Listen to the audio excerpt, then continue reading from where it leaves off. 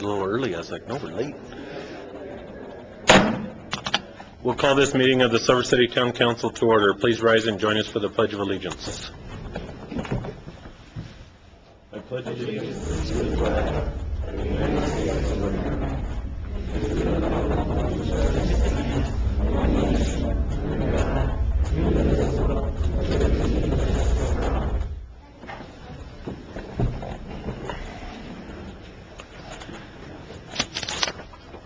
Could I ask Councilor Morones to read our mission statement? Yes, sir. Thank you, Mayor.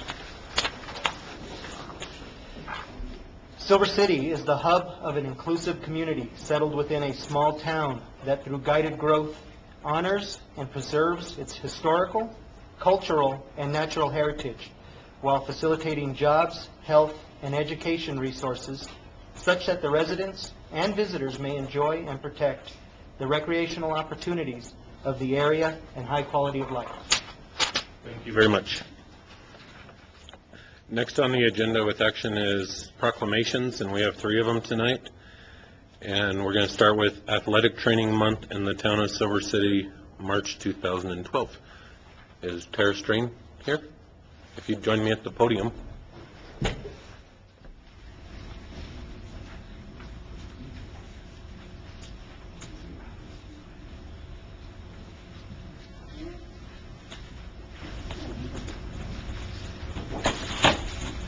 Whereas athletic trainers have a long history of providing quality health care for athletes and those engaged in physical activity based on specific tasks, knowledge, and skills acquired through their nationally regulated educational processes, and whereas athletic trainers are skilled practitioners in the prevention, recognition, evaluation, and aggressive treatment of athletic injuries, and whereas athletic trainers provide rehabilitative services, education, and health care guidance for those under their care, and whereas the National Athletic Trainers Association represents and supports 35,000 members of the athletic training profession, including over 150 athletic trainers in New Mexico, and whereas athletic trainers are allied health care professionals who are responsible for the development and coordination of effective health care delivery systems in professional, collegiate, and high school athletics, as well as in clinics, hospitals, corporate, and industrial settings, and all branches of the United States military.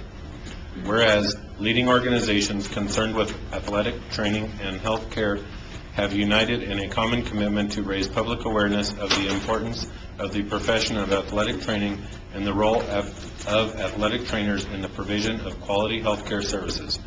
Now therefore, I, James R. Marshall, Mayor of the town of Silver City, Grant County, New Mexico, in view of the inherent value of this, do hereby proclaim March 2012 as Athletic Training Month in the town of Silver City, and encourage all citizens to appreciate the valuable services that athletic trainers provide to physically active populations.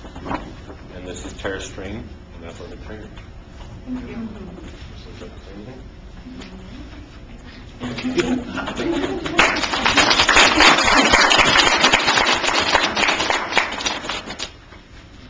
Next, I have Girl Scout Week, and we actually have 2 former Girl Scouts on the town council now, and I'd like to ask them to join me down here at the podium, and we'll present this.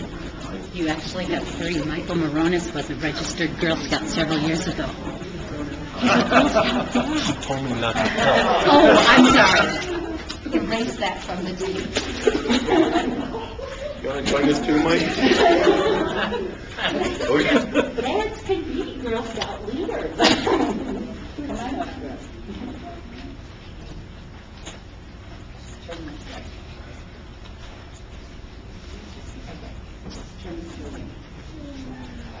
So proclamation, whereas March 12, 2012 marks the 100th anniversary of Girl Scouts of the United States of America, which began in 1912 when Savannah, Georgia native Juliet Daisy Gordon Lowe gathered 18 girls to provide them the opportunity to develop physically, mentally, and spiritually. And whereas for 100 years Girl Scouting has helped build millions of girls and women of courage, confidence, and character who act to make the world a better place. And whereas the award-winning Girl Scout Leadership Program helps girls discover themselves and their values, connect with others, and take action to make the world a better place. And whereas the Girl Scout Gold Award, the highest honor in Girl Scouting, requires girls to make a measurable and sustainable difference in their community, assess a need and design a solution, find the resources and support to make it happen, complete the project, and also inspire others to sustain it.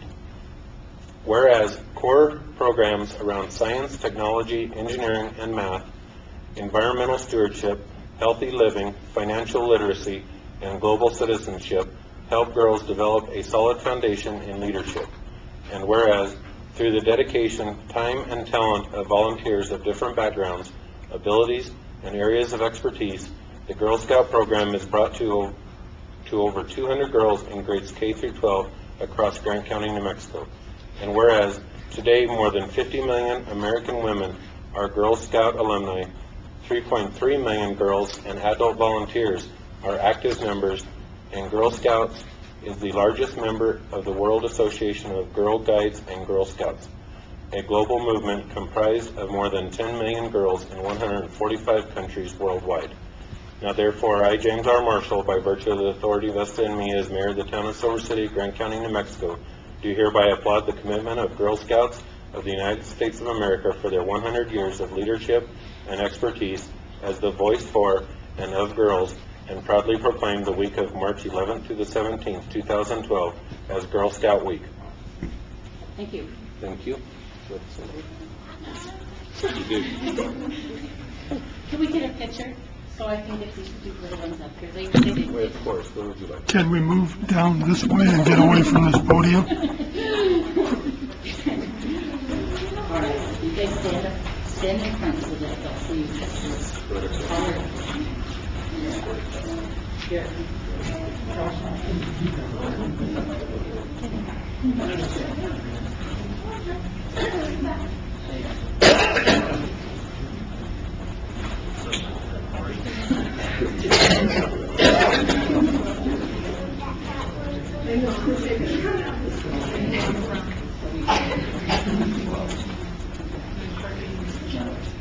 Can you guys scoot in?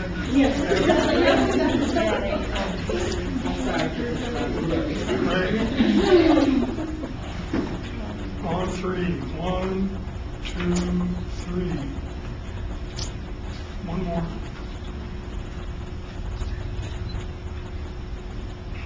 1, 2, 3.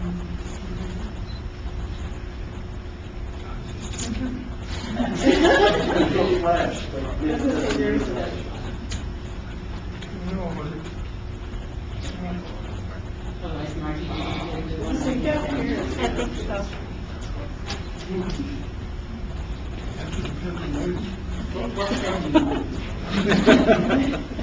Okay. Can you look over here? On three. 1, 2, 3.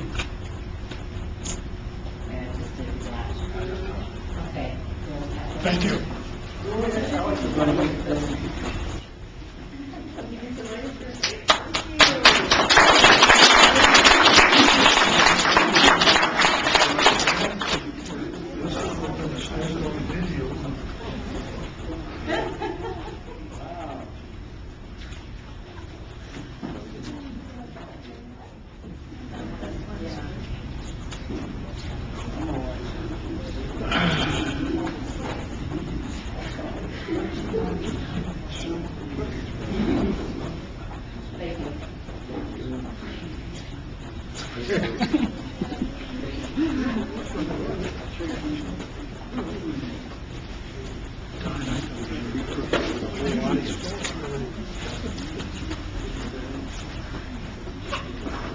Well, Mike, I'm sorry you have to follow that, but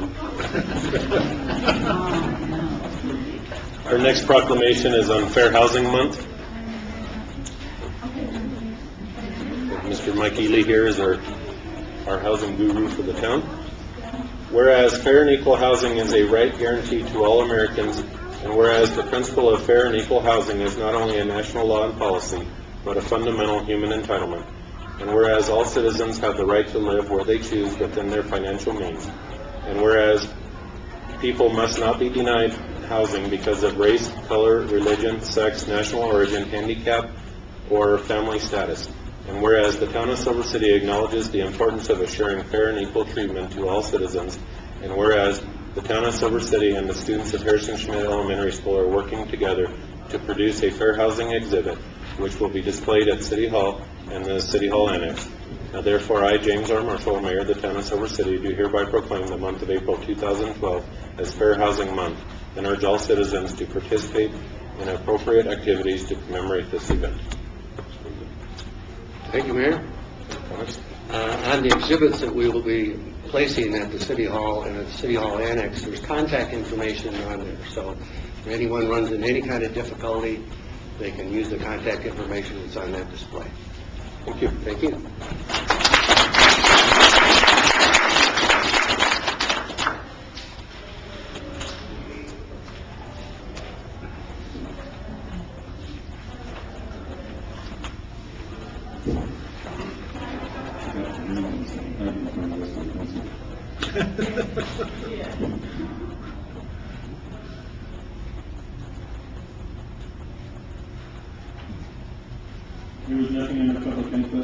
The next item would be council comments. If I could ask Councilor Bedison to begin.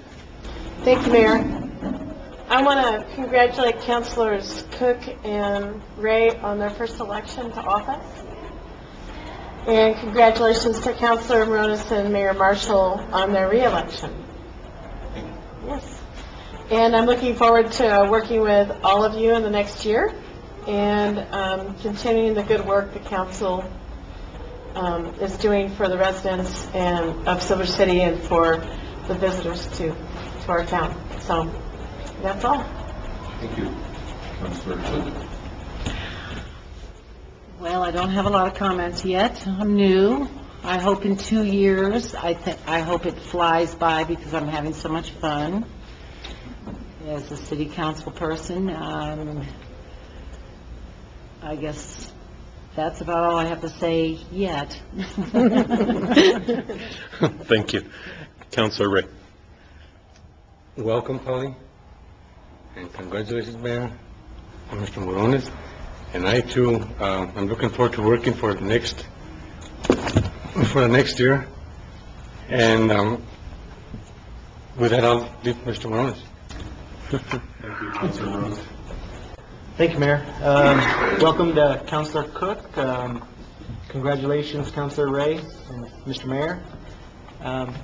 I do have a few questions and comments. You know, I'm glad to see a lot of the work that we've begun over this part of the year, the later part of last year. We're starting to see the fruits of those efforts. Namely, it's on College Avenue. We've seen a lot of work. I did have some questions. I had some inquiries from some property owners and such, and probably most appropriate for Alex Brown to answer. But you know, when I've seen things when I've seen activities, construction activities around some of my properties, I've always had notices for comment and input and clarifications. Was that present on the College Street? Yes, pretty much on all of our projects that are in residential areas. We do go talk to the residents, especially the commercial businesses, to see what accommodations we can make to help make sure that the construction doesn't affect their business as much as possible. From what I recall from when we approved the project, I don't think we had any comments, right, prior? No, actually, you know, we go and we do face-to-face, especially with the commercial residents. Most of the time, we talk to as many of the residential, the residents on the project as possible.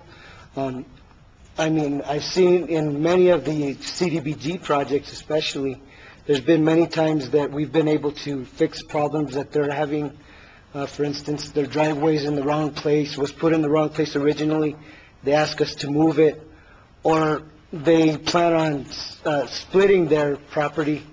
So we add a second drive pad, and then we actually do the stub outs for the water and sewer lines so we don't have to break the street in the future. So we do all those types of things. Again, we go out and for instance, this project, we did talk to the businesses that are there, and especially one was affected by the Pope Street project, and we knew that that business did have some special requests. The other one didn't have much to say at the time, but was informed that during the development of the project, if they thought of anything that might be needed to be changed, or that they would like us to look at, then they had the opportunity until the bid was awarded to do so. So, and that's what I was hoping to hear, and I'm glad to hear that.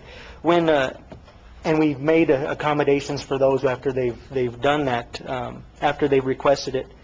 Do we run into any? I know that some businesses were wondering about drainage and actually making some change orders of substance. Did we look into pricing and? Yes, we had one that after the bid was awarded and they started construction, they wanted some major changes in front of their property. So we still did go look at, and we did the pricing for it. Originally, it was, during the original discussions, it was just mainly take care of the drainage, but now they want the street widened in front of their property, and some maintenance areas taken away that they are responsible for as part of the ordinances. So we did get the pricing, and it would increase the price for that one commercial business by $27,000 of the project. We are, I don't know if we have offered yet, because Peter and I discussed it last week, but we are also going to offer, because of the maintenance, is that we go in and we do some, because there's some planters in front of the property, is that we put some maintenance-free type plants in there, or just cement in those planters, and then put the decorative rock with the plastic on the bottom. That way they don't have to do any maintenance on it. And we would do that as part of the project, so that The price isn't as. yeah, so we're talking a couple thousand instead of 27,000. So I appreciate that. On another point, and I feel pretty comfortable about the answer and the answers that were given when we were doing the bonding issues and such, and I feel comfortable in the decisions we made. But just for a little clarification, because I've heard comments such as in doing our bonding that we are gambling on our future growth, and something that in my mind, and I do want some clarification before I go out and say some of the points that I make, but we're in funding these bonds that we've gone into of recent. We're using money that was released from bonds that we were paying in the past, for the most part. So I would just, as a comment, and definitely want some clarification if I am going awry, since we're using money that was used to pay bonds that we got into 20 years or plus ago, we're actually not gambling on future growth, but we're gambling that we do not fall back to the economy of the 80s and 90s. well, I do want to say that the bonds that you're referring to that we paid off a couple years ago, the last bond payment was $802,000. The bonds, the total of the two bonds that were, well, let me first talk about the first one, the 20-year bond. The debt service on that is $347,000, I believe, around there. So we're only talking about half of what we used to pay on that bond, and it was because interest rates, huge savings in interest rates. We also, on top of that, we've gone into this PPA and the savings, so we're averaging $130-some thousand in electrical savings. So when we did that, we're only talking $200 and some $1,000 difference compared to $800,000. So, you know, we have this infrastructure that's already in place. So, you know, the way I look at it is that rather than gambling, we're investing in our future success at a lower rate than what we were paying before. The second bond, as far as the property and College Street, that payment is $134,000. But all of that, pretty much all of that is coming from the savings of the refinancing that we did of the 4 different loans that we have outstanding. The length of those payments are 6 years for this bond payment. And they are equal to the length of the loan payments that we are refinancing. So we're not paying any more than what we would have been paying, but we've got $800,000 additional to spend to do College Street and the gas station, and again, invest in our future success in the community. Those comments is like I said, I continue to hear concerns from the public that we are spending money we don't have, and that the only way we can sustain this is through growth of economy, and there's worries about the economy in general, especially in light of what we've had. So my comments and the inquiry is really generally to that point, and I use the word gamble, and based on some of those concerns, illustrate or indicate that we're gambling. And from my, you know, in trying to keep it simple, and it appears that we would actually, our economy would have to fall back 1-2% a year for the next 20 years before we ever were endangered with what we've done. I would say we would have to fall back in the range of 15% a year before we were actually gambling on this debt. Thank you, Councilor. I wanted to thank those that went out and voted, and as well as thank my opponent who stuck his neck out there and decided he wanted to be heard. And it's always easy to sit back and complain about the government, but anybody that actually sticks their name out there and says, no, I'm going to actually say it and be held accountable for it, is to be commended. And really, really important in this whole process of the elections is our town clerk, Ann. And she works extremely hard to make sure that the elections come off perfectly legal, and that everybody has a fair chance to vote, and that all the, not just the laws, but just agreements that we've made to ensure an open and fair process is accomplished. And our elections are clean. I did attend the canvassing, and it's truly amazing all the checks and balances that Ann has in place and manages to ensure that every vote is counted and every ballot is counted, whether it's used or not, or accidentally ripped. So I really want to tell you publicly, thank you. You do an exceptional job, and we're very fortunate to have you as our clerk.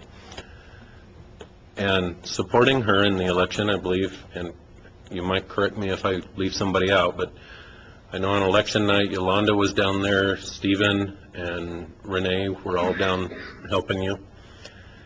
And all the poll workers that take their day and go sit at the polls for very few voters to show up, but they're out there every year and they're committed and they do an excellent job, and the entire process would fail without them. So it's very important that we thank them and recognize that their service. And last but of course not least, I'd like to congratulate Councilor Cook and welcome you to the council, and congratulate Councilor Ray and Moronis. on their election results. Thank you, sir. And we will move on. Anybody need round two? Are there any changes to the agenda? Seeing none. We have approval of the minutes of the regular meeting of the Town Council from February 28th, 2012. Mr. Mayor, Counselor. I move that we approve the minutes of the regular council meeting on February 28th, 2012, as presented. Tonight. Because there was amendment today. Yeah, as presented this evening. My apologies. Mayor, I second that motion as stated. There's a motion and a second to approve the minutes of the regular meeting of February 28th, 2012 as presented tonight to the council. Is there any discussion? There's a motion and a second, no discussion. All those in favor signify by saying aye. Aye. Any opposed? Motion carries. Next item on the agenda is under reports. Mr. Brown? Mayor and Council, the only reports that I have is, the mayor knows that we received funding for from the ONRT funds from the Environment Department to extend sewer mains out to, is it the Black Hawk area, I think? There's two areas, major areas and neighborhoods in town that we don't have sewer to. One is Black Hawk and the other one is Mountain View. And we applied for both. They awarded us all the funding for Black Hawk. Currently, the new Colonias Initiative funding cycle, the very first one is coming up here in, I think it's April 16th. What we would like to do is the Mountain View area is we're going to have to come back with a resolution declaring it colonias because we have to do specific areas, since when we did our original colonias it was really generic, but we want to make sure that it's very clear. So I want to make sure that nobody has a problem with it, because there is a lack of sewer, because we have no sewer out there. And then we would like to submit an application to the Colonias Initiative for the funding to do the extend the sewer out that way, in that neighborhood. And I know that this was something that Councilor Ray has talked to me about, the mayor has talked to me about, so unless you have any objections, we're going to bring those to you. I personally think it's a critical service. Thank you. Just by chance, Alex, do you have a list already in black and white spreadsheet or something on the streets that we have and how they're prioritized? I called you last week, reference one of them, but you know, we do water and sewer one year, and then we come back and we do paving another year, and then we go the other side of town and do water and sewer. Do we have a list already prioritized of what streets we're going to? Well, basically, when we're talking about, it depends on the funding source. For instance, CDBG can only be done, and it actually is specific to two neighborhoods, Chihuahua Hill and Brewer Hill. So, yes, we do have a list specific to those two areas. And when it comes to the rest of the town, it depends on the type of funding. Because, for instance, the MAP funding, it's only for municipal arterials, which would be areas like Silver Street, College Street, Swan Street. We're trying to get Mountain View designated an arterial, but this just depends on those types of funding sources. But as we were bringing this next resolution here to finish the College Street project, the reason that we're still focusing on College Street is because Silver Street, we already did part of it, but we've already put Silver Street on the #1 priority for municipal arterial funding from for the local district. So we try to juggle which ones they're all important, but we're trying to figure out exactly how we're going to get the funding and which ones have to be in which project area, what funding source. But we do have a list of those different types of things. And as I have told you before, is that we are putting together the paving master plan, which is going to give us a list of all of our streets, the condition they're in. Well, it's not just streets, but streets, sidewalk, and drainage, and the condition they're in. And then from there, we'll go back and we'll start prioritizing what different types of funding sources and how we're going to have to prioritize it in different years. It's not an easy question to answer. But yes, we've got different lists trying to juggle.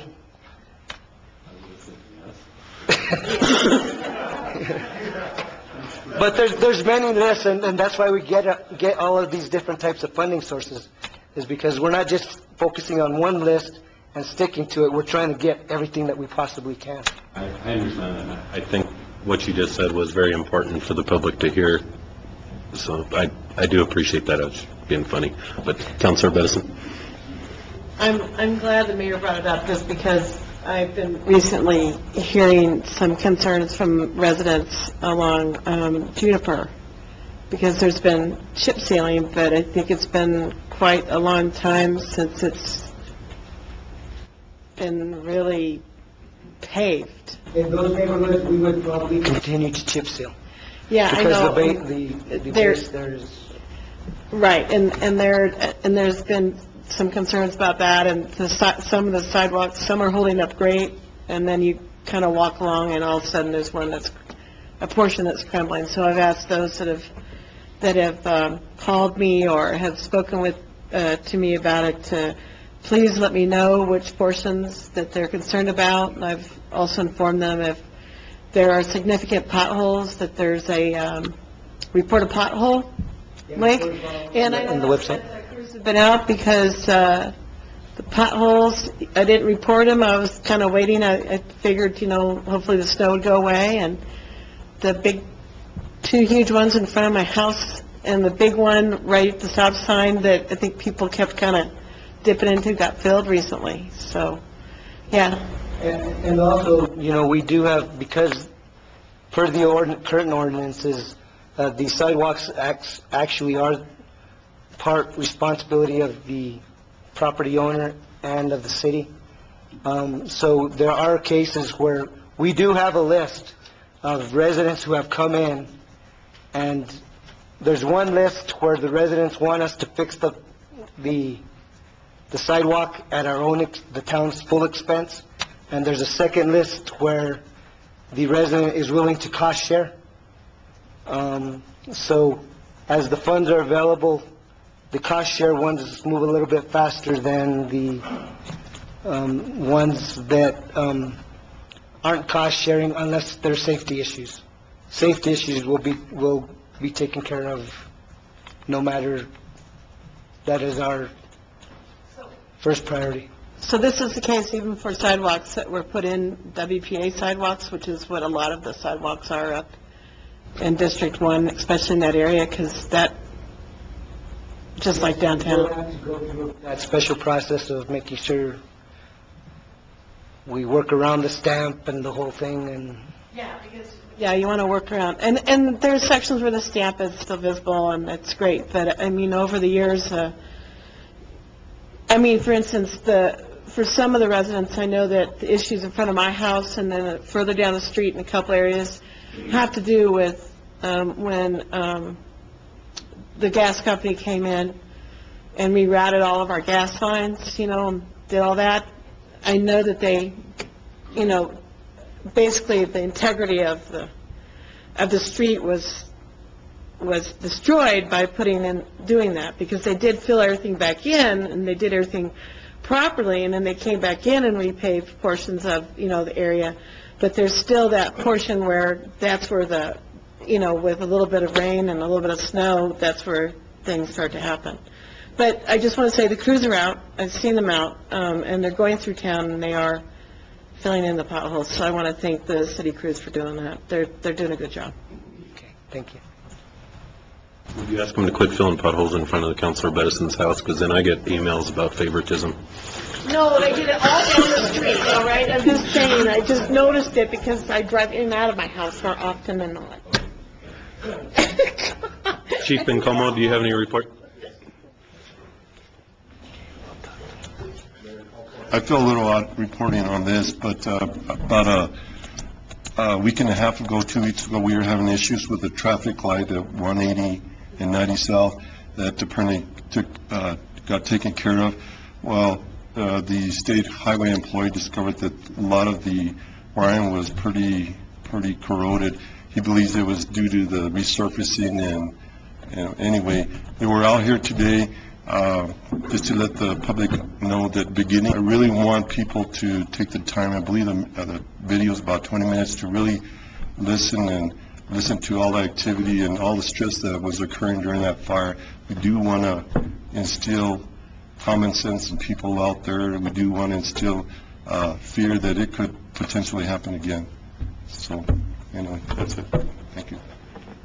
Do you have a start date for when they're going to do the wiring? He said Monday, maybe Tuesday. Yeah. Do they have to break the street, or can they pull it? Well, you know what? He actually asked that the street department, Demetrio Torres, because I think he has only like 2 or 3 guys that are going to come in and do part of that project. He's asked the street department to come in and provide a compressor and break up some of the medium to replace. He calls it the pull box. He did show me it's filled with dirt. The wiring in there is corroded. They're going to replace all of that also. I don't believe when they do this, because they've done it before, is that they're going to have to replace the median, but not actually cut the street, because they'll be able to push, unless there's problems with, it's like conduit under the street. If there's problems there, then they would have to. So I guess it depends on what they find when they're working on it. Something in the Tuesday column. Just let them know. Council. So, there'll be several lanes shut down, I would think, on either side of that median in front of the Chinese restaurant, then? The reason I asked is because so many people, from District 1, that section, come down, from Juniper, and either turn right or go straight on 90. So that's a pretty busy intersection in the morning and the evenings. Best to try to accommodate everybody. But I also want to thank Demetrio Torres. Anytime we've had issues with lights, he and his people are really prompt in trying to put up traffic signs and divert some of that traffic. So I want to thank Demetrio for doing that. Demetrio is our street supervisor. Just wanted to. Do you have any news on the increase in fire activity? Other than the fires that we had in January and a couple that occurred because people dumping ashes, we actually haven't had anything. It's actually been kind of quiet. I spoke on the morning show probably last week about my concerns because I've shared this with Alex, we have a couple of injuries. We have a couple of firefighters that are hurt. We have 2 that are attending paramedic school Tuesday through Thursday. So that time frame is a very stressful period for me personally because we're short-staffed. But other than that, we're doing pretty well. Thank you, Chief. You're welcome. Anything from community development? Thank you. Anything from the police department? Thank you. Next item on the agenda is organizational meeting. And we'll start with the election of President Pro Tem. And open the floor for nominations. Mr. Mayor? Councilor Morales. I think Councilor Benson's been doing a wonderful job in the position she's held over the last 2 years. I would like to nominate her as President Pro Tem. Is there a second? I'll second that. There's a motion and a second to nominate Councilor Bedison as Mayor Pro Tem. Any other nominations? Entertain a motion to close nominations and elect Councilor Bedison Mayor Pro Tem by acclamation. I make a motion to nominate them. What I said. There's a nomination for Councilor Bedison and a second, and a motion to close nominations and elect Councilor Bedison Mayor Pro Tem by acclamation. Is there a second? I'll second that. There's a motion and a second. All those in favor signify by saying aye. Aye. Any opposed? Motion carries. Congratulations. Can I say thank you? No. We're moving right on. Should I not take it? Is that what you're saying? No. You have the floor. I just want to thank my fellow councilors. Thank you very much. That's an honor to do that and to step in when needed for the mayor. I appreciate it. Thank you. Thank you. The next item on the agenda under the organizational meeting is item B, appointments of councilors to committee and board positions. For the cemetery board, we have Councilor Moronis, library board, Councilor Cook, dispatch board, Councilor Bedison with an alternate, the mayor. Southwest Regional Transit District Board, Councilor Moronis with the alternate, the mayor. Museum Advisory is Councilor Ray. Parks and Recreation is an advisory board for Councilor Ray. Southwest Solid Waste Board is the mayor with alternate being Councilor Ray. Staff positions on that is town manager, and his alternate is Peter Pena. On the mayor's climate, et cetera, committee, by resolution, the town manager is there to assist with their work. The Grand County Water Commission is the town manager and the mayor. Grand County Economic Development Coalition for Progress is the town manager and the mayor. Silver City Main Street Project Board is ex officio is the manager and the mayor. Health Council is a county commission appointment of Mr. Brown. And Southwest New Mexico Council of Governments Board is the manager, Brown, and Councilor Bedison. Is there any objections? No. What's that? Okay, does everybody agree? Sure. Okay. So, no objections to the appointments, I'll stand. No. We had that talk.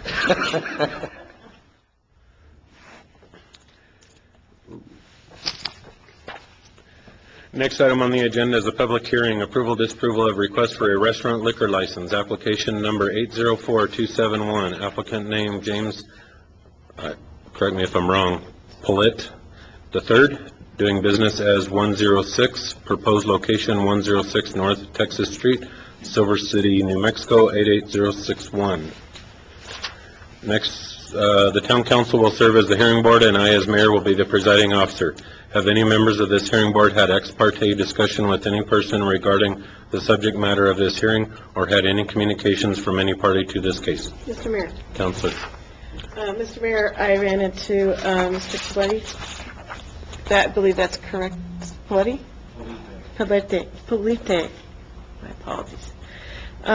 In a local establishment, and he just expressed the opinion he was concerned that his hearing was delayed because of non-publication in a local paper. And I had no knowledge there was even a hearing on the table, and I just said, well, it'll be rectified, and we'll make sure that, it'll be taken care of by the town clerk. That was the extent. Thank you. I don't find that to be disqualifying. Any other ex parte discussion? No, sir. All of you are qualified. Will all parties and witnesses intending to testify, including those staff members who intend to present testimony or who will be available for questioning, please rise, come to the podium to be sworn in by town clerk.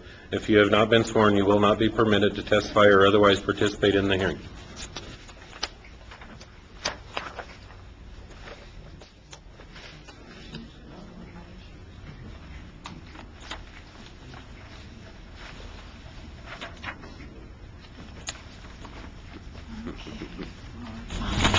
I need all of you to print your name and address of whoever's on here.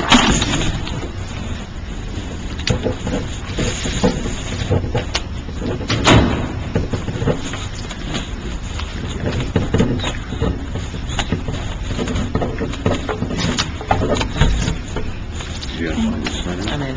There's 5. I think that was it. Thank you.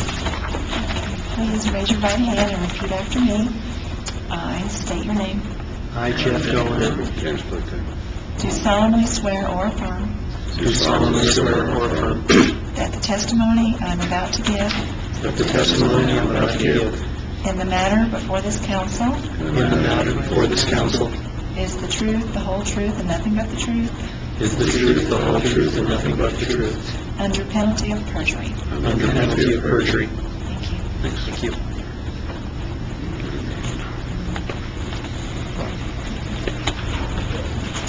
The hearing will be conducted as follows.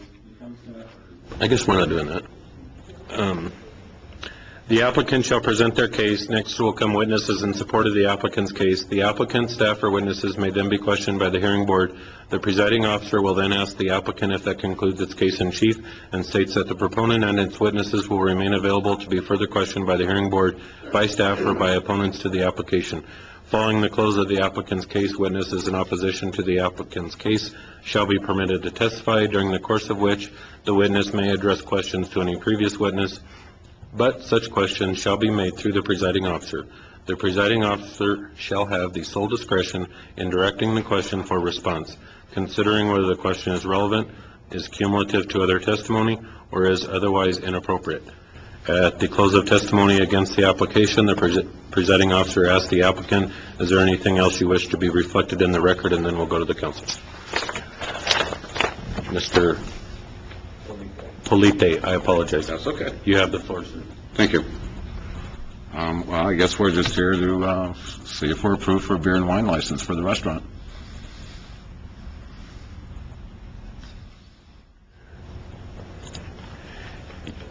Anything else? Are there any witnesses in support of the applicant's case? Please. Hi. Actually, I had some things to say about this in support of the beer and wine license, but another patron of 106 had dropped off a letter, couldn't make it tonight. So I'd rather just read that first because it sums up pretty well what I feel and a lot of us feel. My name is Samaya Jones. I'm a wine and food writer. I would like to offer my support for the beer and wine license for 106 Restaurant. Wine is a natural part of fine dining, and 106 is, in my opinion, the finest restaurant in Silver City. It is sometimes nice to allow patrons to bring their own wine because people who like wine tend to have favorites. In addition, the way 106 works, diners usually select their entrees at the time the reservation is made. The process lends itself to the greatest flexibility in pairing wine with food because it is simply not possible to stock enough wine to cover all the possibilities. However, this chef knows what he's doing, and I trust that he will be able to offer appropriate beverages for the outstanding cuisine that he prepares. I sincerely hope that the license is granted. This is my favorite restaurant, and I miss the wine element. Samaya Jones of Silver City. That pretty much sums up how I feel. It's one of the only restaurants I eat at anymore, my husband and I, but I could even get a glass of wine or beer at Pizza Hut. So it's part of the fine dining experience, and it's the only thing that's missing in this whole experience of the atmosphere and the perfect food and the music and the friendships. We've all made a bunch of friendships just being in the restaurant. So I'm in full support of the beer and wine license at 106. Record. Sure. Any other witnesses in support of the application?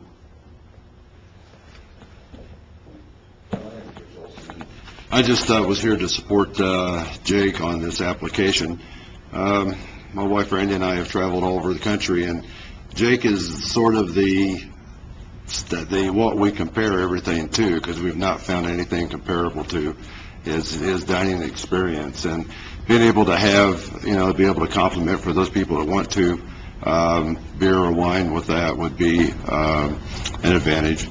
And I just wanted to express my support. Any other witnesses in support? Mr. Mayor and councilors, my name is Jeff Goen, and I am the employee at Restaurant 106. I'm the waiter and the dishwasher and the busboy and the host, and I've worked at the cafe for about 1.5 years, and I've been very impressed with the integrity and professionalism with which Jake runs that restaurant, and I have no doubt that he will continue to operate the restaurant with a high degree of integrity and professionalism, and ask you to vote in the affirmative on this matter. Thank you.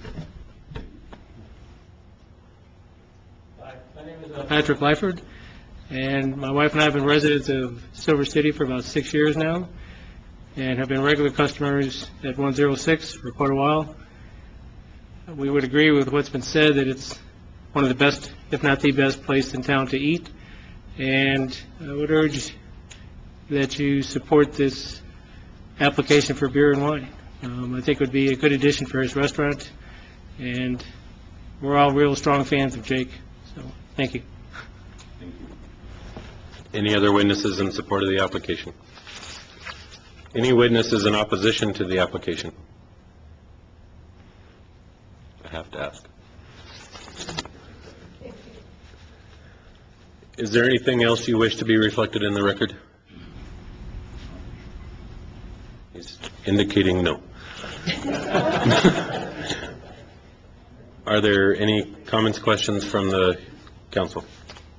No, sir. Councilor Ray. I'm all for small business, and I hope you do make a go at it with this thing if it goes through. And also I see in the application here that you renew it yearly, right? Please. I guess the building? Well, I've been there for 8 years.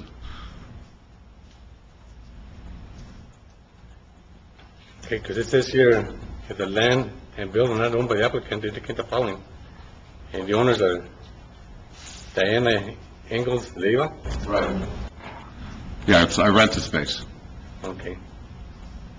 Okay, so you rent it, so you will, on a yearly basis, right? Pretty much. Like I said, I've been there for 8 years, so I'm not going anywhere. Thank you. Sure. Any other comments, questions? Well, just kind of following up on that question are these transferable? If the restaurant was to move? No. This would be, you would have to almost go through the process all over again? Well, if you change your location, yes.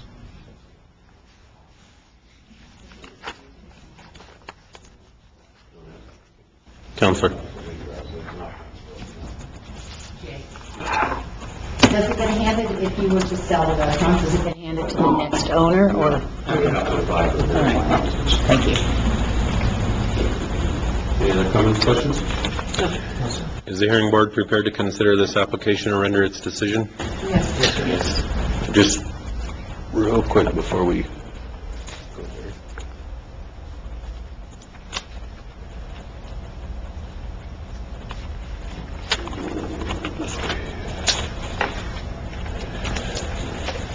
I want to remind the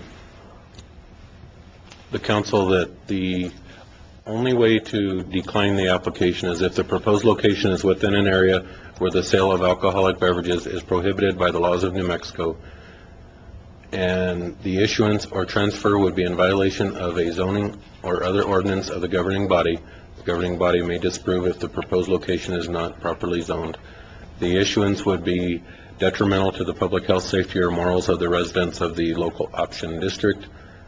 disapproval by the governing body on public health, safety, or morals must be based on and supported by substantial evidence pertaining to the specific prospective transferee or location, and a copy of the record must be submitted to the Alcohol and Gaming Division.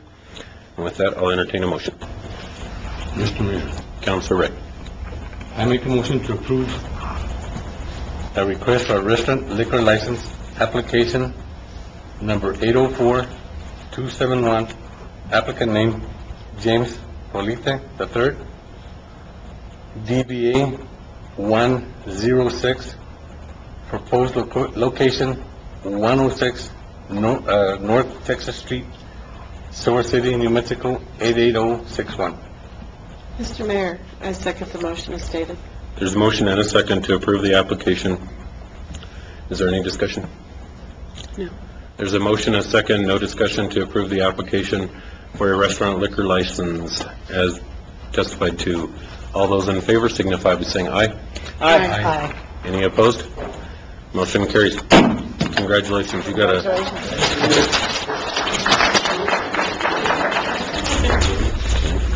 a liquor license and marketing. Oh, Councilor Bedison. Mr. Mayor, I move for a short break. Is there a second? I'll second it. There's a motion and a second to take a short break. All those in favor signify by saying aye. Aye. Any opposed? Motion carries. We'll be in a short recess. Call this meeting of the Silver City Town Council back to order. Next item on the agenda is under unfinished business, approval, disapproval of ordinance number 1198, an ordinance amending Chapter 42 by adding new Article 7 to the Town of Silver City Municipal Code relating to the use, improvement, development of town-owned parks, trails, and open space by franchisees within the town limits of the Town of Silver City, Grant County, New Mexico. And ordinance number 1198 is basically setting up an application, a standards of review, the uniform standards, and with an effort of protecting the open space areas of the town.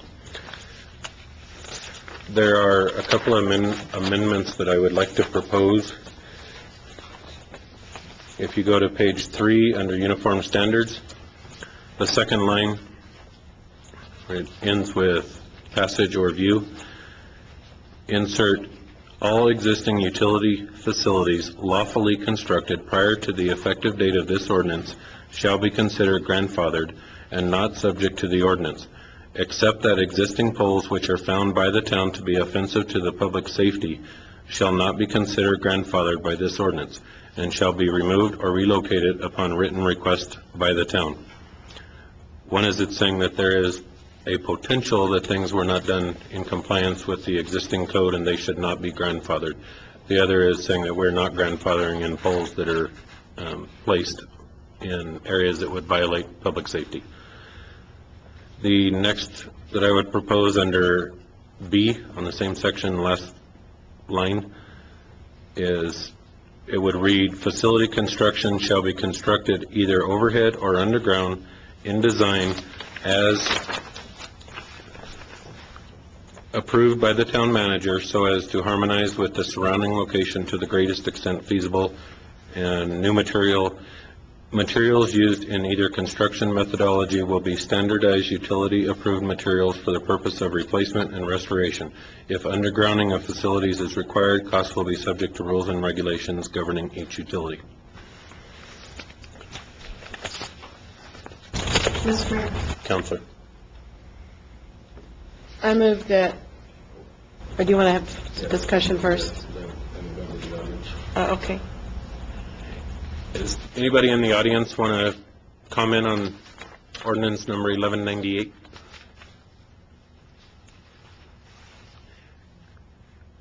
Any comments from the council? None, I think None? You have the floor. He can't move. I have to move. Yes. Okay. I'm sorry, I was commenting on something that...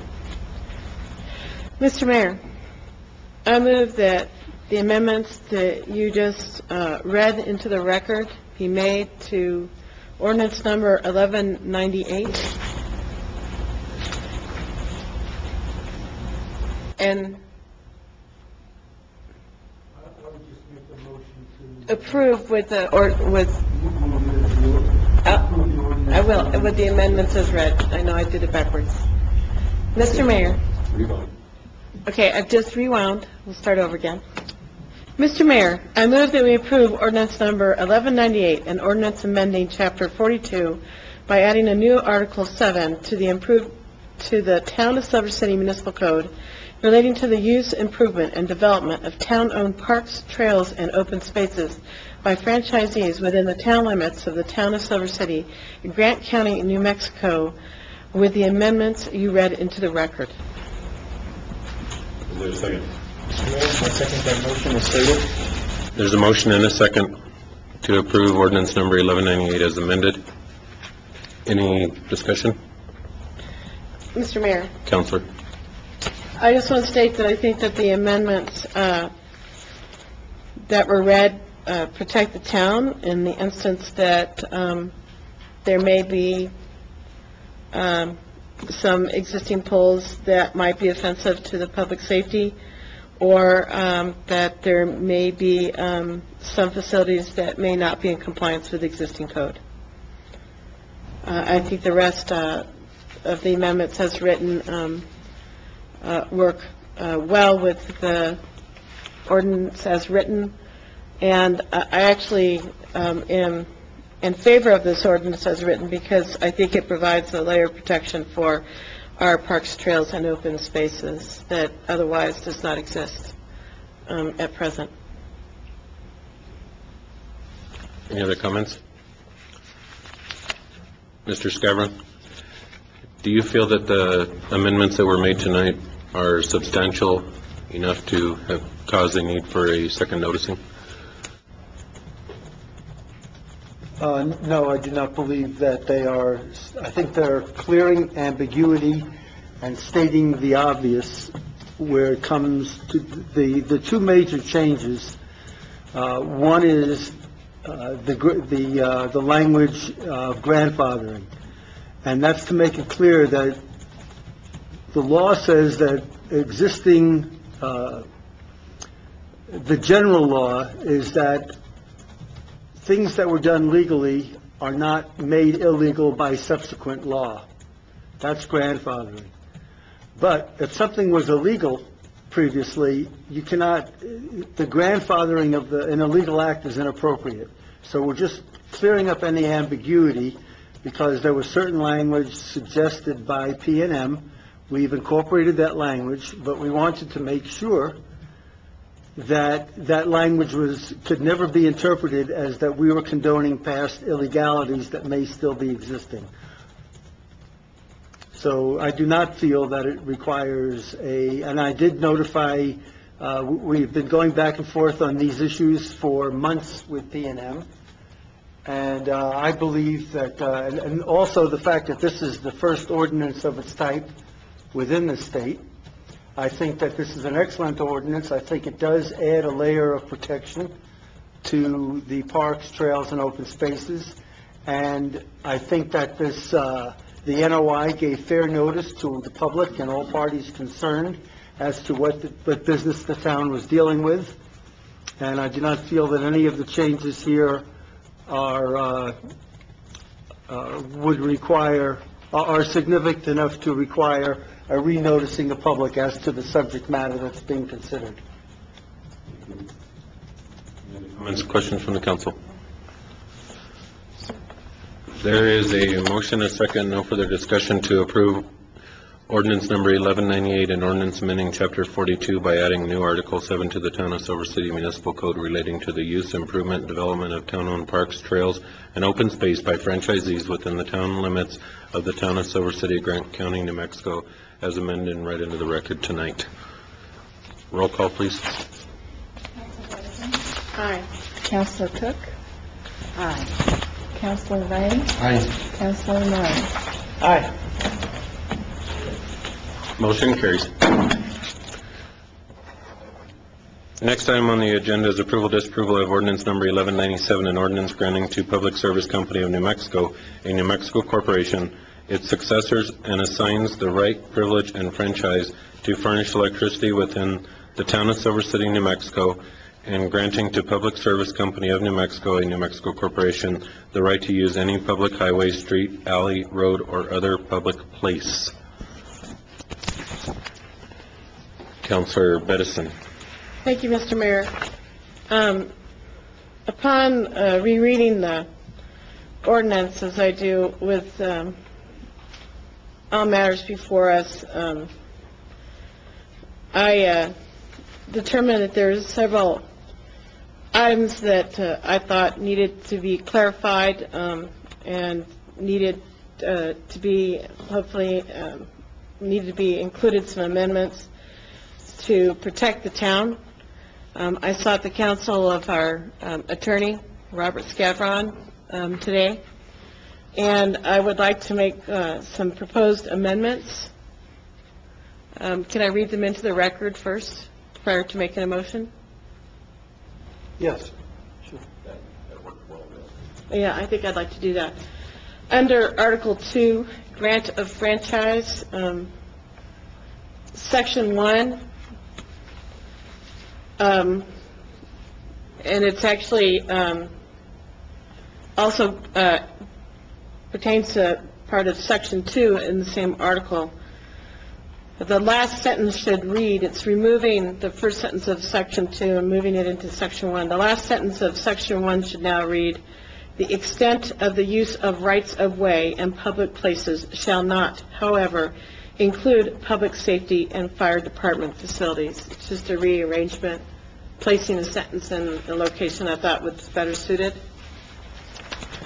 And under Section 2 of the same article, 2 of Grant of Franchise, on page 2 of 10, at the top of the page, it should now read, company agree that electric plant, system, and facilities placed contrary to this section prior to the effective date of this electric franchise ordinance, but in conformance with the immediately prior electric franchise ordinance, shall not constitute a breach of this electric franchise ordinance, but shall be subject to the provisions of Article 7, Section 1 of this franchise agreement. What this does, these amendments, the last two that I read, basically hark back to the prior franchise agreement that was in existence with Texas New Mexico Power, that was, that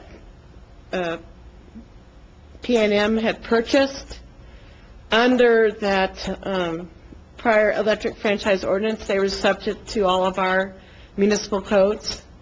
And so it just basically says that anything that was put in conformance with our municipal codes and existing codes, just like the prior ordinance, that that's in compliance and that's in conformance. And then the last part basically states that anything else is subject, as is the rest of this, to Article 7 of this current of franchise agreement, which is the relocation or removal of facilities, and specifically Section 1, which would allow the town to, when required, to ask PNM at its expense to remove poles and other items that, for reasons of public safety or street excavation or street construction, would need to be removed or replaced or repositioned, disconnected, etc.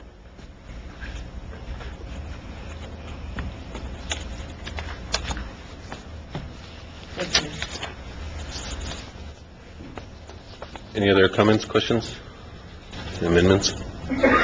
Robert?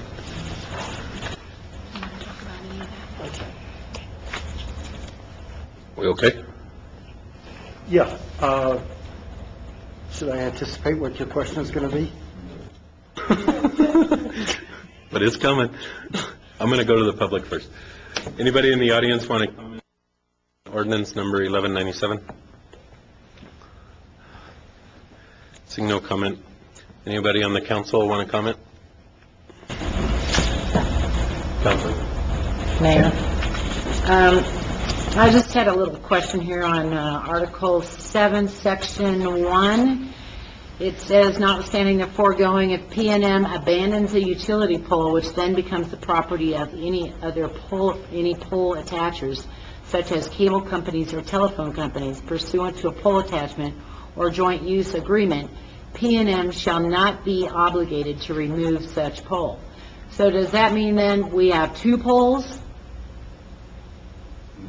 No, stands here, but I believe what it means if they were to move the electric in a neighborhood to underground and they abandon a pole, or they were to put in a bigger batter pole for whatever reason that was far enough away that the attachers did not want to follow or couldn't follow for a reason, that pole would then become the responsibility of the attacher. Correct? So you could conceivably end up with 2 poles in an area where there used to be only 1. Yeah, I don't know why that would happen, but In negotiations, one of the issues was, if let's say they've got a pole, they got electric power in the pole, they also have CenturyLink, they also have Comcast, and they have pole attachment agreements with them. If P&M decides to abandon the pole, they want us to deal with Comcast and whoever else is on the pole. We can still make, and that will be in our franchise agreements with both Comcast and Quest when they're eventually signed, is that we have the same right to have them remove a pole that they own if it conflicts with public safety. It doesn't want to be in the business of having to get the pole attachers off of its pole if by virtue of their pole agreement, they still need the pole, but P&M doesn't for whatever reason. If they've gone underground, if they've cut off service, which that's not going to happen. And that's very seldom, because right now, what they have is a system whereby if P&M moves their service to a different pole, they put it on a system where Comcast and Quest are supposed to follow suit, and they can get penalized if they don't move. But if there's, for some reason, we don't know, that they can't follow suit, then we'll have to negotiate that with the franchise, with that company directly. Because there are, like I said, right now, I do know that they've gone to the point of, after our negotiations, they've actually, their offices have gone down to the point of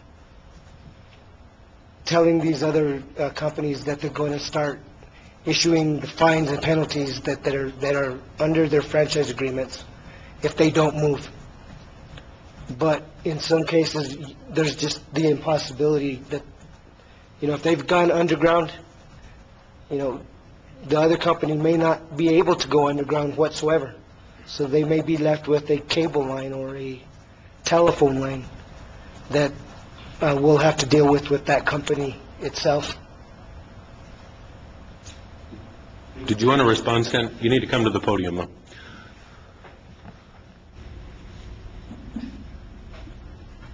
I'll try to explain. What they're saying is absolutely correct. Basically, I think the question is if for some reason we set a new pole and we have to transfer our facility to the new pole, and you have other entities on that pole that under the joint contract agreement, they are required to get off that pole also. There is a program out there, it's called the Engines Program, that after we get off of our pole, then they have 30 days, starts with Comcast first, they have 30 days to remove facilities from our poles also. After that has been done, then CenturyLink would be the next. they're under the joint use contract also, then they would have an additional 30 days to get off of that structure also. If they don't, they are subject to fines. We've had conversations recently about that very thing, and there have been some fines that have been charged to the utilities because they didn't meet those requirements. But we have been actively pursuing that. And I think the other question was, if for some reason the other entities couldn't get off of our pole, we could turn that pole over to them, and then you would have to deal with them through the franchise agreements I'm assuming that you're going to have with those other entities. But I believe they're exactly right with what they were saying. I'm not sure if that cleared that up at all or not, but if you have any questions, I'll try to explain in more depth. Thank you. Thank you. You explained it well. Thank you. And Alex, Mr. Scavenge here, thank you. Thanks. Any other comments, questions? Councilor Moniz. Just a quick question, and this came from a constituent, very possibly one that we all heard, but something just to clarify. This franchise agreement, they have to comply with all future land use codes and everything, right? So whatever activity they're planning on doing, it has to meet the code, that means the municipal ordinance at that time. Not the way it was on the day that they signed it, but on the day that they want to engage in a particular activity. So as we have our public meetings and change land use codes and everything else and try to move the town in the direction we want, they have to abide by those future ordinances that they, even though that this is a long-term franchise They agreement. understand that, and they're comfortable with that. Thank you, sir. Thank you, Mayor. Any other comments? And that you just spoke to Councilor Moronis about is under Article 6, Section 1, municipal ordinances. All construction activities of P&M within the municipal limits of the town will be in conformance with the municipal ordinances then in effect within the town and with town-specified design and construction standards as may apply by provisions of the town municipal code. And just for clarity, the previous franchise agreement was 2.25%, and this is a proposal of 2.5%. So it's a 0.25% increase. And the last agreement was 20 years. Councilor. Mr. Mayor, I also wanted to, at least for clarity's sake, I wanted to say that when I look at something like construction activities, the same way as the term facilities that's used throughout the document, I'm using it as broadest sense. You know, construction activities include everything from pole placements to changing out light fixtures. I mean, it's a very broad term, just like facilities. They're broad terms. Anything that a facility is... Construction is not limited to excavation or building a building. Correct. That's my interpretation of it. And am I correct in that interpretation? That is if that's the interpretation, that's the logical interpretation, and that's the one that we're basing this franchise on. Just like it's logical to interpret facility not just to mean pole, but wiring and fixtures and et cetera, correct? Well, you're talking about integral parts of a construction. So, well, I'm just using the term that says relocation or removal of facilities. So that the facilities is a very general term as well. That's what I'm saying.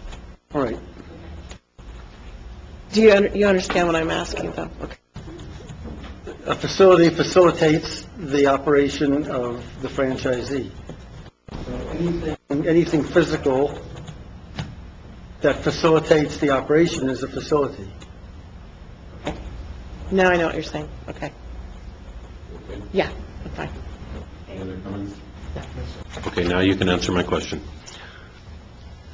Your question was, does this significant changes to justify a republication? No. For the same reasons as the previous discussion, we are asserting, or we are clearing up any ambiguity, that there is some language that was suggested by P&M, and we wanted to make sure that the language suggested by P&M, which is part of what's been inserted here, doesn't interfere with the town's right to demand the removal or relocation of poles or other facilities which are offensive to the public safety. So that's why that last sentence is in there, but subject to the provisions of Article 7, Section 1 of this franchise agreement. And if you look at that article, at that section in that article, it talks about removal of poles and relocations when there's public safety involved. And then the other insert was that anything that's grandfathered in had to have been in conformance with the immediately prior electric franchise ordinance, which is the one that they're operating on today. So if there's some illegality that's been done under this franchise, we're not waiving our rights to demand that they correct it.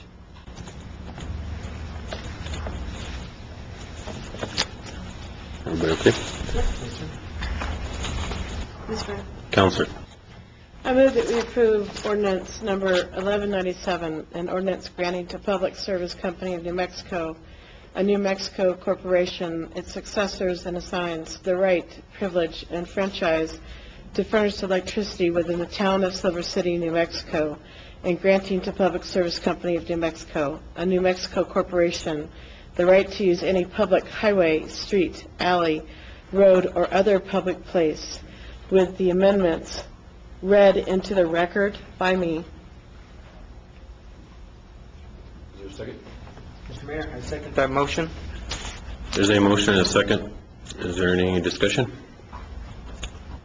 There's a motion and a second to approve ordinance number 1197, an ordinance granting to Public Service Company of New Mexico, a New Mexico corporation, its successors, and assigns the right, privilege, and franchise to furnish electricity within the town of Silver City, New Mexico, and granting to Public Service Company of New Mexico, a New Mexico corporation, the right to use any public highway, street, alley, road, or other public place. Roll call, please. Councilor Benison? Aye. Councilor Cook? Aye. Councilor Ray? Aye. Councilor Moran? Aye. Motion carries.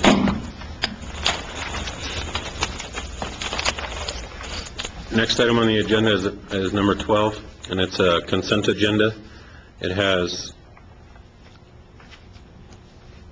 resolution number 2012-08, adopting a fair housing policy. Resolution number 2012-09, citizen participation plan CDBG program. Resolution number 2012-10, residential anti-displacement and relocation plan and certification. Resolution number 2012-11, section 3 plan. And resolution number 2012-12, CDBG procurement policy.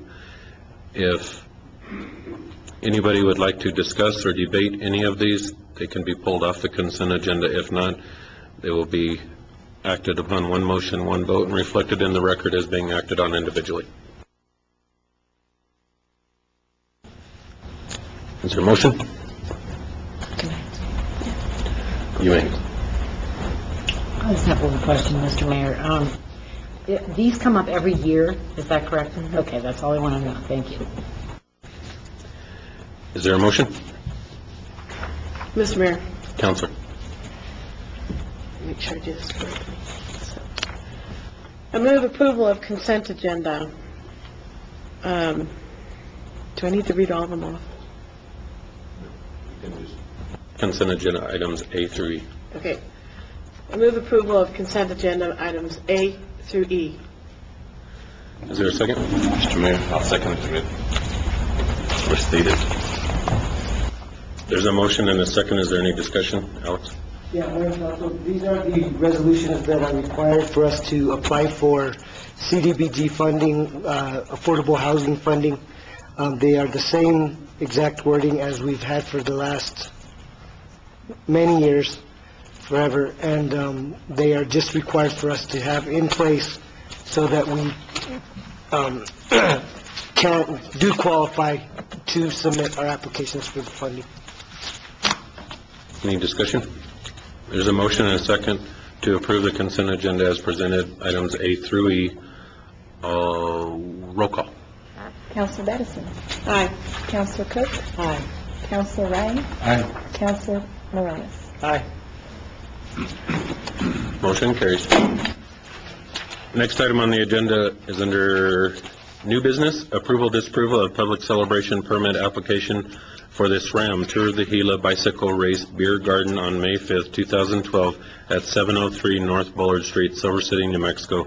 License holder, High Desert Brewing Company of 201 West Hadley Avenue, Las Cruces, New Mexico, 88005.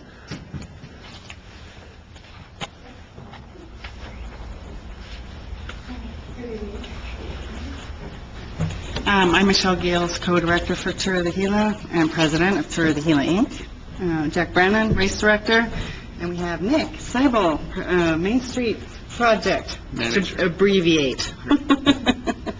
We're seeking approval tonight for a beer garden once again. Our program last year was very successful.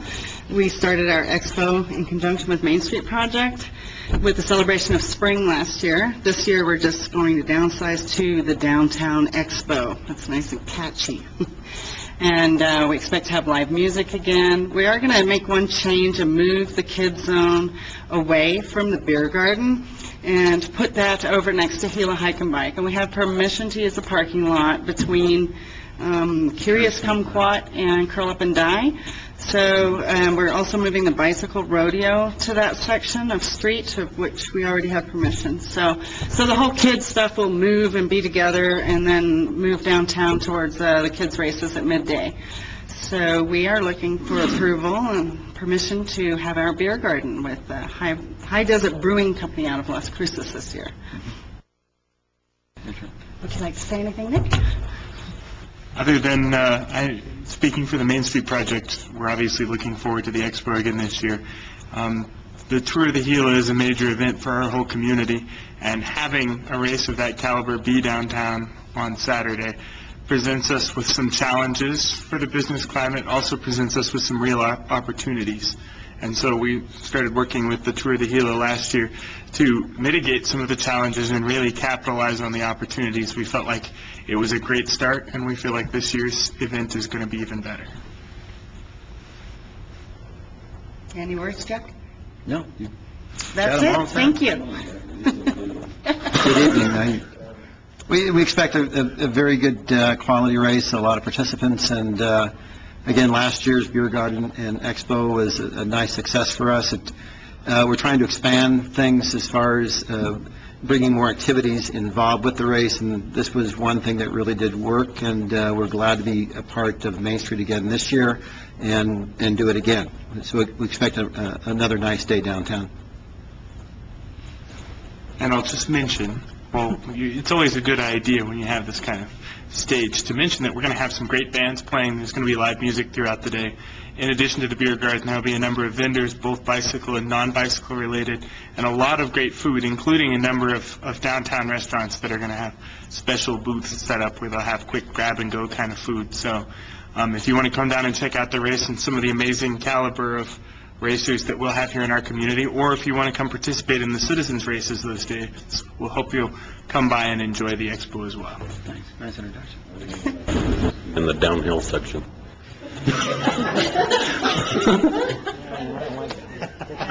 This is May 5th for the Downtown Expo.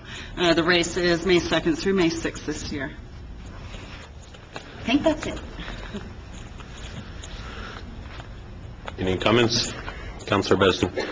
I just want to ask, the fencing is still going to be that really tall, like the 6-foot fencing where they can't pass over, under, or through, correct? Correct. There will be hard fencing right around the area. It's a 50 by 100 feet section.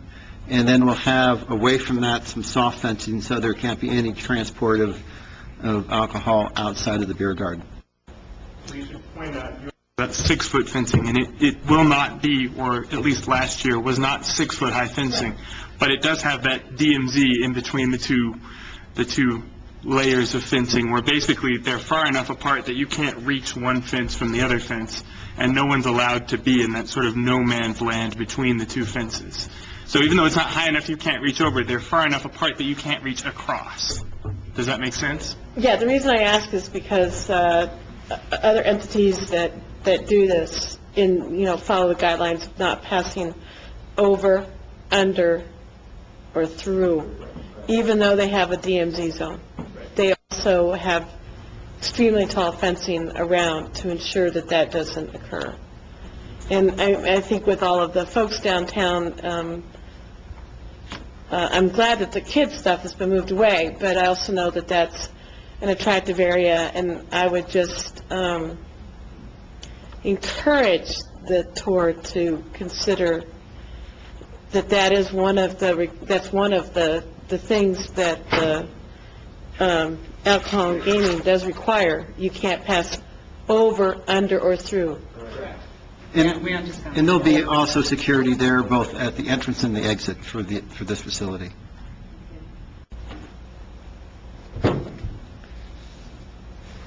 Any other discussion? Just of note, being as the Episcopal Church of the Good Shepherd is within the 300 feet line, they did issue a letter stating that they have no objection to the council issuing a waiver.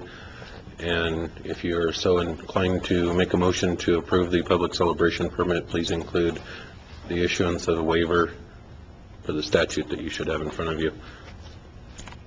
Discussion? Entertain a motion? Mr. Mayor. Councilor. Just a quick question. I know the celebration, it's kind of listed as beginning at 11 a.m. Is that when you're planning on starting serving? Application runs from 11 to 7. Okay. I think it's 11 will start, but we'll probably end fairly quickly after the last race is over. It's about 5:45, 6 o'clock. Sir. Any other discussion? Entertain a motion? Mr. Mayor, Councilor. I move to approve a public celebration permit application for the SRAM Tour de Gila Bicycle Race Beer Garden on May 5th, 2012 at 703 North Bullard Street, Silver City, New Mexico. License holder, High Desert Brewing Company, 201 West Hadley Avenue, Las Cruces, New Mexico, 88005, and grant waiver under New Mexico Statute 60-6B-10. Mr. Mayor, I second that motion. There's a motion and a second to approve. Is there any other discussion? There's a motion and a second to approve the request for public celebration permit application as read, including a waiver of New Mexico Statute 60-6B-10. All those in favor signify by saying aye. Aye. Any opposed? Motion carries. Good luck.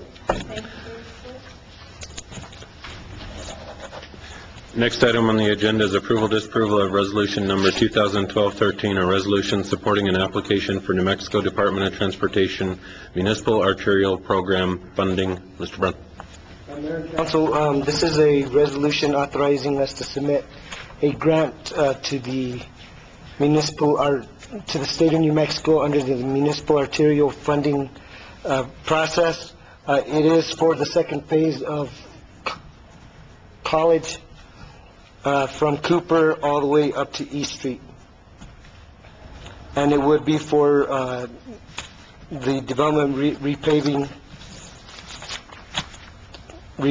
installation, repair curb gutter, installation of repair of sidewalks, drainage improvements, ADA, drive pad ramps, striping, and signage. The project estimated cost is $1,023,000. We most likely won't get the full project funding, so we'll probably have to go to a third phase. But if we were awarded the entire project, they would have to give us $774,159. Our match would be $258,053.12. That is something that we would be doing over, sorry, the numbers and my allergies are getting to me, but the funding would be over a matter of 2 years, our match. Anyway, so it is something that we could do if we are awarded the funds.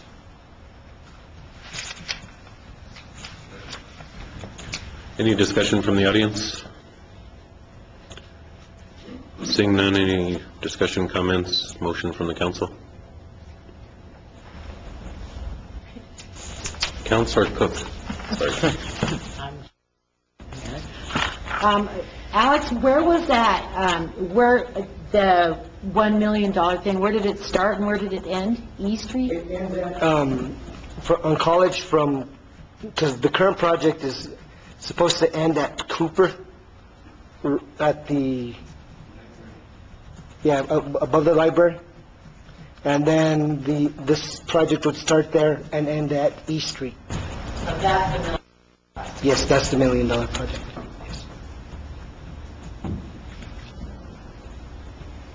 And 75% and 25 would be our match funding. Just a basic comment. This is, College Street's needed to be fixed for a long, long time. Economically speaking, that Western's a huge driver for our economy. It's an important institution. We're trying to better our relations with them, and this is a project that's long overdue, is my basic comment. And if we can get awarding that, this grant awarded, it'll be a huge benefit to the town. And comment that my years of EMS in this town, College Street is very washboardy for whatever reason. And that was the obvious street that we would use to come from that entire side of town. And it's really rough on patients. So then we have to go dragging them through the other streets to avoid that. So it's just, this street really needs fixed. And I concur with Councilor Morones' comments. Agreed. Councilor Bez. I just say I concur with what everyone has said. I think that it also it provides a nice linkage between the town and the university, and will provide a good linkage for walking patterns as well as driving patterns for our arts and cultural district, because that's part of it. From the university is part of the arts and cultural district, so that linkage is going to be better served to get people to go back and forth between the two parts of the arts and cultural district. So this is a much needed project. Can we get in the record that somebody took my Thin Mint cookies? What Thin Mint cookies? Who did that? Who did that? I don't know. Is there any other discussion on Resolution 2012-13? Entertain a motion. Councilor Morones. Mr. Mayor, I move for approval of Resolution number 2012-13, a resolution supporting an application for New Mexico Department of Transportation Municipal Arterial Program MAP funding. I second it, Stephen. There's a motion and a second to approve Resolution 2012-13 as read. Is there any other discussion? There's a motion and a second to approve Resolution 2012-13, a resolution supporting an application for New Mexico Department of Transportation Municipal Arterial Program MAP funding. Roll call, please. Councilor Morones. Aye. Councilor Ray. Aye. Councilor Cook. Aye. Councilor Bedford. Aye. Motion carries. Next item on the agenda is appointment of one member to the cemetery board, and we have one application, and I would like to have council consensus to appoint Stacy Domino Razik. If there's no objections? No objection. Hearing no objection, she's so appointed, and we can properly notify her. The next item on the agenda is approval, disapproval of changing the next regular council meeting scheduled for Tuesday, March 27, 2012 to a later date. Councilor Bedison. Mr. Mayor, I did request this. I will be out of town on Tuesday, March 27th, attending a conference for my job and my other job, the job that pays me, I guess. Well, I get paid in all the wonderful things we do here, so, but I meant in terms of, yeah, okay. Just thought I don't have to keep digging that hole there and burying myself in it. Anyway, no, I don't know. I think for all the things, well, I mean, never mind. I'm not going to go any further because we don't get paid in terms of. Councilor Bedison has a very important obligation that has to do with her employment and has requested that we move the next meeting Thank you. to March 29th. At 6 p.m.? At 6 p.m. And there's some very important things that will be on that agenda, and it was critical that we have the entire council present. Is there any objections? That's a Thursday, right? Sorry. Correct. Do we have to move to approve? Yes. I move that we approve changing the next regular council meeting scheduled for Tuesday, March 27th, 2012 to Thursday, March 29th at 6 p.m. here in the Commissioner's Chamber. Is there a second? I second it. There's a motion and a second to move our next council meeting to Thursday, March 29th, 2012 at 6 p.m. in the same room. Is there any other discussion? There's a motion and a second, no further discussion. All those in favor signify by saying aye. Aye. Aye. Any opposed? Motion carries. Entertain a motion to adjourn. Oh, this is my first one. I'd like to make a motion to adjourn this meeting tonight. Is there a second? I second the like to. Oh, I moved? Oh, I'm sorry. I haven't been in my class yet. I second the motion. Councilor Cook has moved to adjourn. Councilor Moronis has seconded. All those in favor signify by saying aye. Aye. Any opposed? Motion carries, and we are adjourned.